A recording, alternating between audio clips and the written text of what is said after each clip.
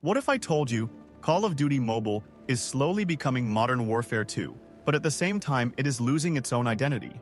Because right now, COD Mobile is not dying because of bad developers or a toxic community. It is dying because both sides stopped listening to each other. And today we are going to talk about exactly that. I am going to say something today that is going to make some of you uncomfortable. COD Mobile in 2026 is a 6-year-old game that is still fighting to find its identity. New movement systems get added, then quietly delayed. New modes get built, then abandoned after 2 weeks. New mechanics get tested, then removed because of community backlash. And every single time this cycle repeats itself, players blame developers, developers ignore players, and the game stays stuck in the same place. So in this video, we are going to look at both sides of this problem honestly. No sugarcoating, no fanboy protection, just the truth. Stay till the end, because the second half of this video is what most channels will never say out loud. Before we continue, drop a like, subscribe to the channel, and join the real discussions happening here every single week. Now let us start with Activision. Because yes, there are real problems on their side too. Players asked for a new Battle Royale map. Activision built DMZ Recon mode instead. Players asked for tactical sprint as a core mechanic. Activision locked it behind mythic weapons. Players asked for better FPP movement.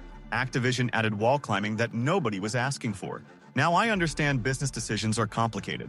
I understand monetization keeps a game alive. But here is the truth. When you consistently give players something different from what they asked for, you are not listening. You are guessing. And honestly, that is one of the biggest reasons why the community is becoming frustrated in 2026. And the DMZ Recon situation is the clearest example of that. Activision saw Delta Force Mobile growing fast, and Activision started to panic. They rushed to build an extraction mode just to compete. But here is the part that nobody talks about. Delta Force Mobile is developed by Team Jade, and Team Jade is a studio inside Timmy Studio Group. The same Timmy Studio Group that built Call of Duty Mobile for Activision back in 2019. Think about that for a second. Timmy knew everything about the formula, and then one of their own studios took all of that knowledge and built Delta Force Mobile. And that is why the competition feels so dangerous, because this is not some random company trying to copy Call of Duty Mobile. This is a studio that already understands the entire mobile shooter formula from the inside. Activision got so scared of the competition that they did not even realize the competition came from inside the same ecosystem they were part of. Chinese developers are genuinely some of the smartest in the mobile gaming industry. Timmy played the long game, and they won. And COD Mobile's DMZ version felt rushed, buggy, unfinished. Players tested it for a week and went straight back to Delta Force. All that development time, all that money, could have gone into fixing the actual Battle Royale that millions of players already love. That is an Activision failure, and it deserves to be called that. Now here comes the part that makes this situation even crazier. Delta Force Mobile does not just feel inspired by Modern Warfare 2, it feels emotionally connected to it. And honestly, this is where it gets even more interesting. Because Delta Force Mobile does not just feel like a competitor, it feels like a spiritual successor to Modern Warfare 2. Same visual weight, same tactical atmosphere, same dark and gritty tone. If you put Delta Force Mobile and MW2 side by side, the resemblance is hard to ignore. Now compare that to COD Mobile. COD Mobile is not a bad game. Not at all. But if Delta Force feels like MW2, then COD Mobile feels like MW2 after plastic surgery. Same DNA underneath, but somewhere along the way the original face got lost. Bright colors, cartoon aesthetics, anime operators. And look, I am not saying that is wrong. COD Mobile found its own audience with that identity. But when players compare the two side by side, it becomes very obvious why Delta Force feels more serious to a certain type of player. And that is exactly the audience COD Mobile is slowly losing. And this is where the conversation becomes dangerous for Activision. Because once players emotionally disconnect from your game, winning them back becomes 10 times harder. And the numbers do not lie. Delta Force Mobile made $860 million in its very first year, or 95% of that revenue came from China alone. It is one of the biggest FPS launches in mobile gaming history, and almost nobody outside of China is talking about it. Look at the highest revenue mobile games of April 2026. Honor of Kings remains dominant because of its massive Chinese player base. PUBG Mobile continues performing strongly year after year. Delta Force Mobile is growing aggressively every single month, and casual games are generating massive revenue consistently. COD Mobile is still in the mix, but the gap is closing. And here is the part that should genuinely scare Activision. Delta Force Mobile right now does not have a full Battle Royale mode. It is still growing on extraction and multiplayer alone. But the moment Team Jade drops a proper Battle Royale, with MW2 level graphics, MW2 level physics, MW2 level movement, it is over. Because players do not stay loyal to a brand. Players follow the better experience. Players follow the trend.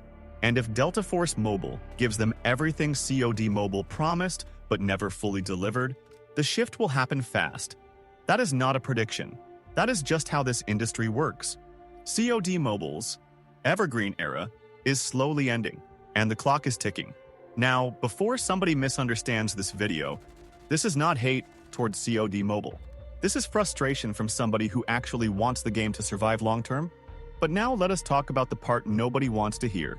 The community is just as responsible for where this game is right now. In Season 4 test server, the developers added a new TPP movement system. It looked smooth. It looked modern. It felt like a genuine upgrade. Within 48 hours, half the comment sections across YouTube, Reddit, and Twitter turned into a civil war. Some said it looked like PUBG Mobile. Others said it was copied from Bloodstrike. Some said COD Mobile was losing its identity. And after all that noise, the feature got delayed. Think about that for a moment. The developers actually tried to improve the game, and the community's reaction was so divided and so aggressive that the feature got pushed back. This has happened before. Remember when Gulag was added to Battle Royale? The backlash was so heavy that the feature eventually got removed entirely. That is not a developer problem, that is a community problem. A divided community that fights itself every season gives developers zero clear direction to follow. And when developers have no clear direction, they default to what always works. Mythic weapons, battle pass, monetization, because that part of the community will always spend money, no matter what happens to the game. And honestly, this is the loop that is slowly trapping the entire game. So what actually breaks this loop? First, Activision needs to start reading feedback differently, not just looking at comment counts, not just tracking purchase numbers, actually understanding what the core long-term player base is asking for. Tactical sprint is not impossible. BR map improvements are not impossible.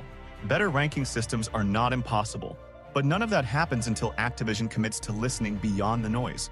And the community also needs to change the way it reacts to new ideas. You can dislike a new feature without attacking the people who support it. You can prefer the old movement without calling everyone who likes the new one a casual. Constructive feedback is powerful. Insult wars and comment sections are useless. The games that force real change are the ones where the community speaks loudly, clearly, and together, not the ones where every thread turns into 200 replies of players insulting each other. United communities win. Divided communities get ignored. That is the reality of this industry. And maybe that is the biggest lesson COD Mobile players need to understand in 2026. If this video made you think differently about the situation, hit the like button. It helps more people see this discussion.